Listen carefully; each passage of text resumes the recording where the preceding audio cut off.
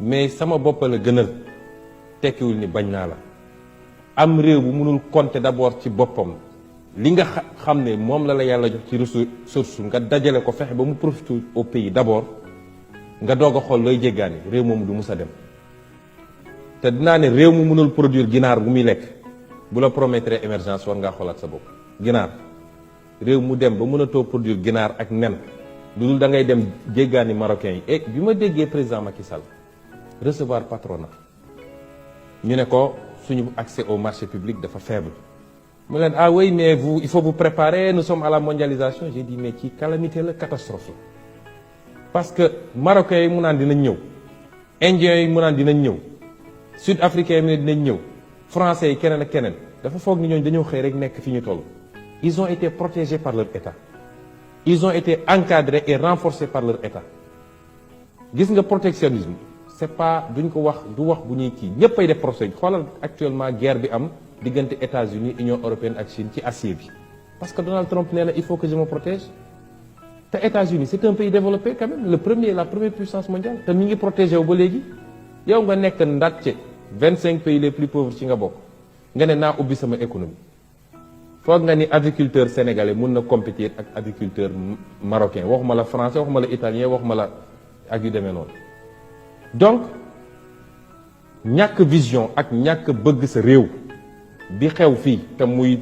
cadre Macky Sall nu muy liggéey ak nu muy fonctionner balaa muy kontaan rek dem jëli turc dàq Sénégal dem jël français def na ko ci port bi def na ko ci aéroport bi chaque jour ñu tëj ay entreprises sénégalaises au profit d'entreprises étrangères ba pare naan ñu 7% de taux croissance fan la croissance bi di dem day génn réew mi kon le mal est très profond dama bëgg Sénégal yëpp xam ko gis nga nun li ñu leen wax mooy il faut ñu protéger suñu économie kon loolu àndul ak APE accord de partenariat économique loolu àndul ak franc CFA dinaa ci développer su dee am na question bu ñëw ci loolu loolu àndul ak jël li ëpp ci say marché jox ko ay étranger balaa may dee Amadou Ba ñëw assemblée ne soo gisee ñu lepp c'est que dañ ñoo wóolu mais ku ñu sànni amuso nga gaaw di ci mat tubaab bi xam nañ ne am nañu pétrole am nañu gaz am nañu or am nañu dinañ la lebal di la dugal ngay yokk sa service de la dette tey weer wu ne mun naa ne 30% suñuy recette dañ koy faye bor pour dem lebaat suul bukki sulli bukki ci loo xam ne amoon nañu capacité fii daat koy joxe maye ko boo dajalee loolu nag ba pare ngay doog a dugg ci vision économique li manqué fii premier ministre dafa ñëw assemblée pour déclaration de politique générale ma posé ko benn question tontuwu ko ñu teg tuuti Amadou Ba ñëw ministre des finances ma posé ko question bi tontuwu ma ne ma question bi mooy lan ma ne ko lan mooy seen modèle économique parce que on ne réinvente pas la roue il y a des modèles dama bëgg a xam lan mooy seen modèle économique mu ne ma eh bien ñun le président Macky Sall dégage la vision et nous on suit ma ne ko ça c'est pas un modèle économique am ngeen seen PSE wax ma lan mooy modèle économique ma dellu sax ci premier point boobu pour te dire manque de vision fu mu toll PSE 103 pages la benn page moo ciy wax ci financement page 93 103 pages nga ne dinaa def lii dinaa def lii dinaa def lii ñu ne léegi noo koy defee benn page moo ci wax te waxu ci dara lu am solo ma ne ko lan mooy seen modèle est-ce que da ngeen am un modèle basé si li ñuy wax la substitution des exportations mooy naka la ñuy def ba exporter lu bëree bëri rattraper un peu suñu déficit commercial wala est-ce que da ngeen nekk ci politique gu substitution des importations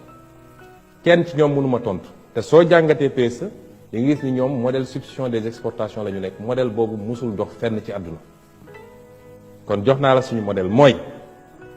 li ñu gëm mooy nañu fexe ba li ëpp li ñuy soxla nañ ko produire d'abord Sénégal mooy li ñu wax léegi ci ginaar yi noonu nga ko amee ci ceeb bi noonu nga ko amee ci pomme de terre noonu nga ko amee ci oignon bi ci leneen ak leneen loolu askan bu ko mënul produire mais dellool caabi yi ne gars yi kaa leen coloniser ma li ëpp li nga soxla na nga fexe ba produire ko ba yow importation yi da nga koy substituer da ngay dem ba lu néew ngay importer boo demee ba egg benn stade bi ba renverser un peu ngay doog a dem nag ci substitution des exportations ni léegi jàpp naa ni ci diggante boobu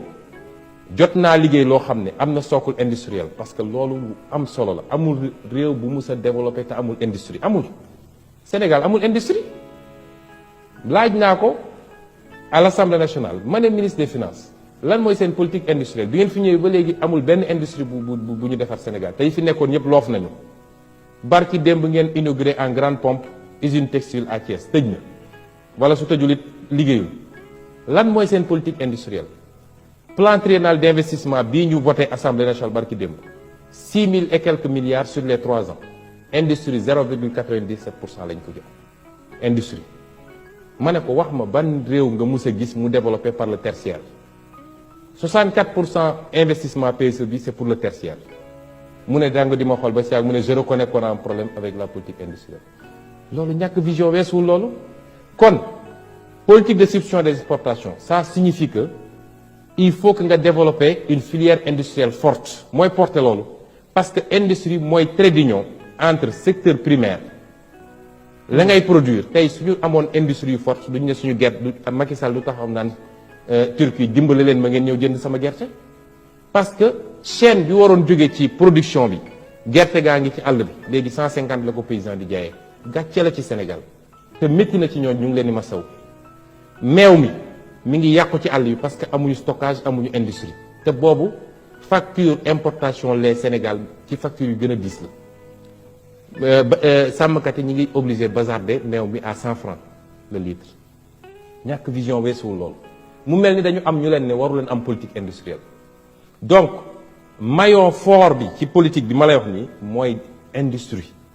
parce que industrie moo lay permettre nga jël li nga produire transformer ko jox ko secteur tertiaire mu distribuer soo amul industrie munoo def loolu moo tax suñu def les notes de conjoncture ñu ne hausse des exportations ci trimestre bi lan lañ lay wax produit horticole mais foog nga ni Sénégal war naa exporter produit horticole te ñu waroon ko transformer fii suñu légumes yeeg suñu fruits yi barki démb ci loi bi nga wax nii am na ko wax léegi loi bi dugal nañu taxe sur le jus de fruits pour protéger les industriels parce que nee nañu jus de fruits bi daf leen commencer concurrencer pour protéger les industriels nga waroon a def tey de sorte que suñu mango bi ñuy exporter brut ñu naan mango Sénégal baax na suñu goyave bi suñu orange bi suñu mandarine yi ñu transformer ko fii di ko jaay Sénégalais balaa ñu ñuy andil ay canettes yu jóge Dubaï te Dubaï bayul loolu industrie moo la koy permettre suñu jën gi balaa ñu koy exporter gars yi def ko en pot de sardine dañu ko jaayaat fii plus cher mais nañu débarquer nañu def obligation ku fi napp na nga ko débarquer Sénégal ñu am ay usines yu koy transformer fii def ko en pot jaay devise dugg ñu am devise def valeur ajoutée. loolu amul ci PSE amul ci vision Macky Sall.